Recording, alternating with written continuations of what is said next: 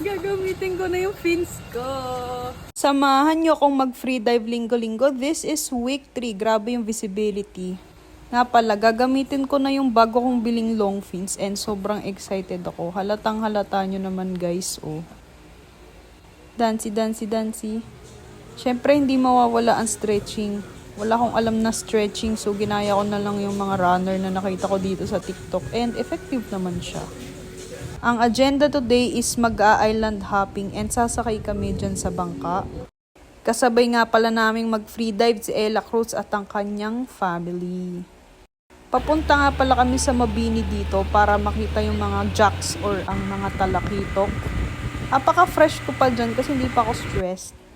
And yung kapatid ko, Todo Aura, ang lamig-lamig naman ng tubig dito. Wala yung mga jacks sa first location, so lumipat kami dito sa area ng Mabini. Actually guys, sobrang lakas ng current dito, na-stress ako. Tingnan nyo kung gaano sila kabilis dinadrag ng tubig palayo. So, ang lakas ni Ella Cruz, hindi pa rin siya umaahon. Hindi ko siya masabayan. May pinuntahan kaming secret cave sa Bawan kaso wala namang ang footage so hindi ko na may papakita sa inyo. Papakita ko na lang yung pag-aayos ko ng fins sa inyo. So, pasensya na, hindi kompleto tong vlog. Tapos ito pala, ang hassle pala pag naka-fins, ang dami mong dala. Anyway, stay tuned for week 4.